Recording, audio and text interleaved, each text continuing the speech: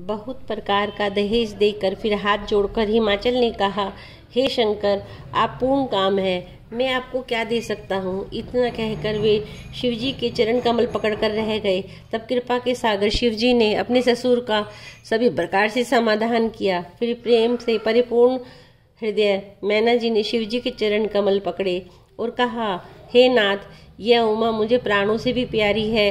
अब आप इसको अपने घर की टहलनी बनाइएगा और इसके सब अपराधों को क्षमा करते रहिएगा।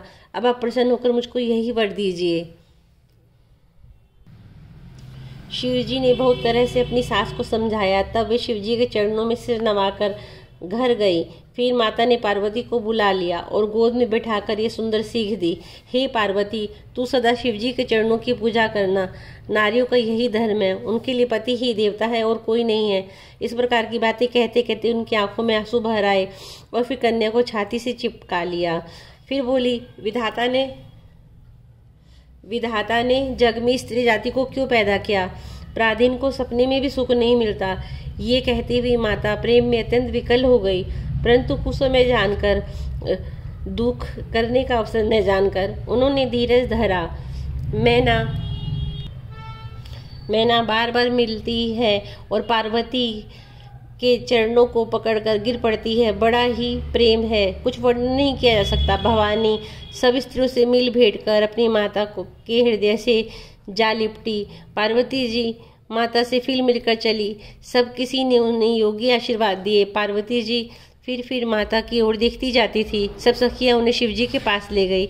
महादेव जी सब याचकों को संतुष्ट कर पार्वती के साथ घर कैलाश को चले। सब देवता प्रसन्न होकर फूलों की वर्षा करने लगे। आकाश में सुंदर नगाड़े बजने लगे।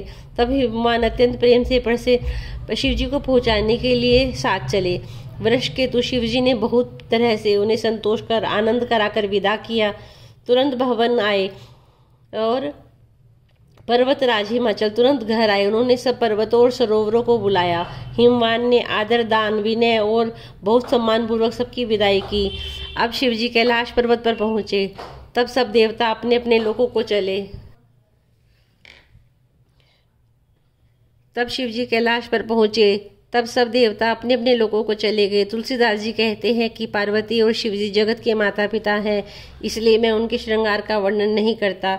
शिव और पार्वती विविध प्रकार के भोग विलास करते हुए अपने गणों सहित कैलाश पर रहने लगे। नित्य नए विहार करते। इस प्रकार बहुत सा समय बीत गया।